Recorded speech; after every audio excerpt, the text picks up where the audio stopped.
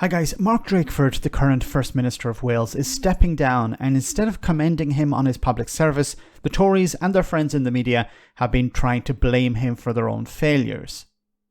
Mark was interviewed by Nick Robinson, where it was put to him that health, education and crime in Wales are not exactly things he should be proud of as he leaves office. Robinson used a piece from the Tory-backing Telegraph as an example. Drakeford had the perfect response.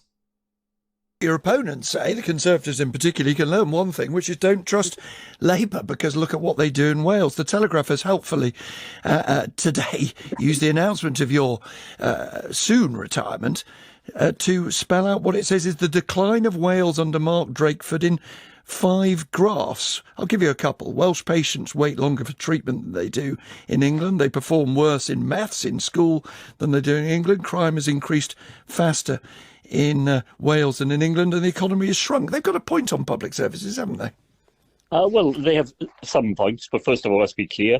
Crime is not a devolved matter, so if crime has risen in Wales faster, it's certainly nothing to do with the Welsh government, and the levers for the economy are essentially those set by a Conservative Chancellor of the Exchequer. I'm flattered by the newfound interest that the Telegraph has in Wales. It's a little red newspaper in this part of the world. Well, let's deal with the ones you're more familiar with then, that the Welsh NHS underperforms the English NHS. Well, look, the Welsh NHS is under pressure, as are NHS services everywhere in the United Kingdom. But the journalistic trope that if it's Wales, it's worse, really does need to be unpicked. Because while there are things that we struggle with, there are things that other people struggle with as well. And there's another side to that story always. So let me just say this. In the last year, waiting numbers in Wales have risen. They've gone up by just under 1%.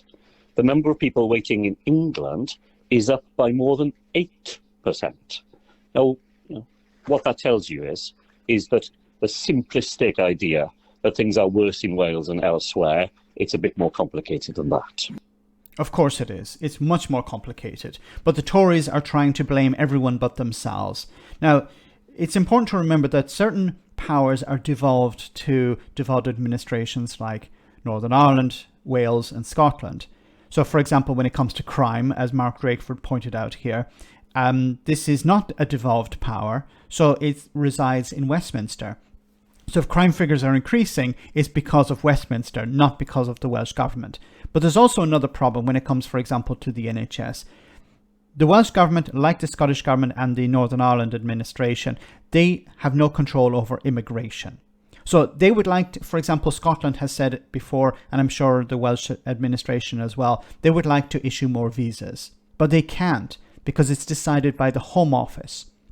They have no control over that. So while they would like to increase immigration, because, for example, the NHS is on its knees, it needs more workers, they have no control over that. They have to go to Westminster, they have to go begging to the Home Office, asking them, please help us out here, because our NHS is struggling.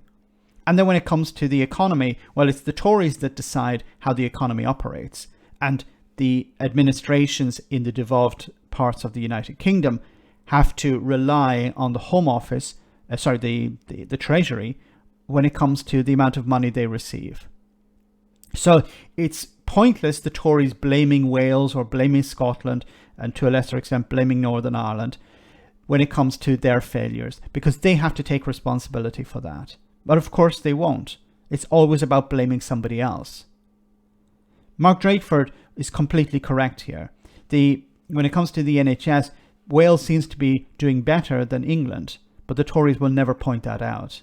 And even if it were to try and get better, his hands are tied, both economically and when it comes to issuing visas for new doctors and nurses.